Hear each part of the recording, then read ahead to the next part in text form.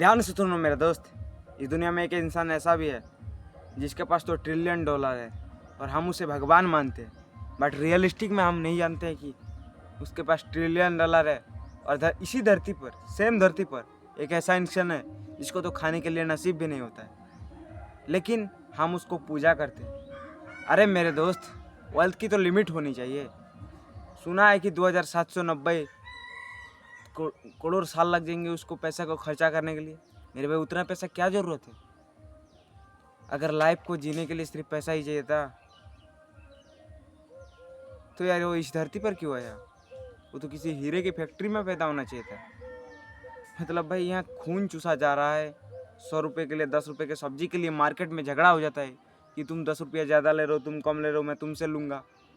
और साला इधर किसी के पास ट्रिलियन पैसा है फिर भी कोई कुछ नहीं बोलता है, बल्कि लोग उसी के सपोर्ट में बोलते हैं कि नहीं तुम ही अच्छा है, बाकी सब तो खराब है। तो यही रियलिटी है दोस्त, कि कभी भी ये दुनिया झुकती नहीं है। हमारे देश को कोई ज़रूरत नहीं है, या फिर हमारी दुनिया को कोई ज़रूरत नहीं है कि इलेक्ट्रिक कार बनाओ या फिर बहुत ज़्यादा मोबाइल फ़ोन बनाओ।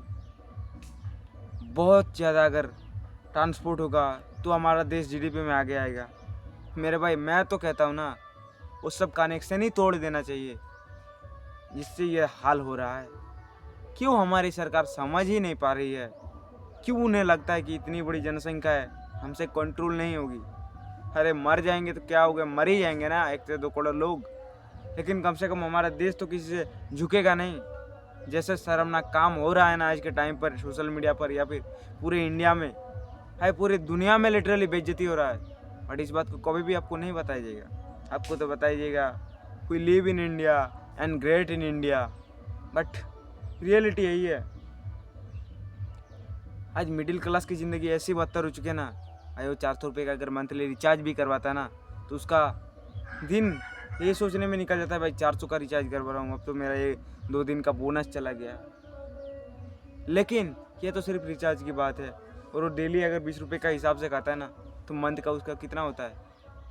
सोच के देखो कितना होगा। 600 भाई, सिर्फ 20 रुपये का था, इससे 600 होगा, मतलब 1000 तो उसके ऐसे ही चले गए। अब भाई वो कपड़ा पहनेगा वो भी 1000 का।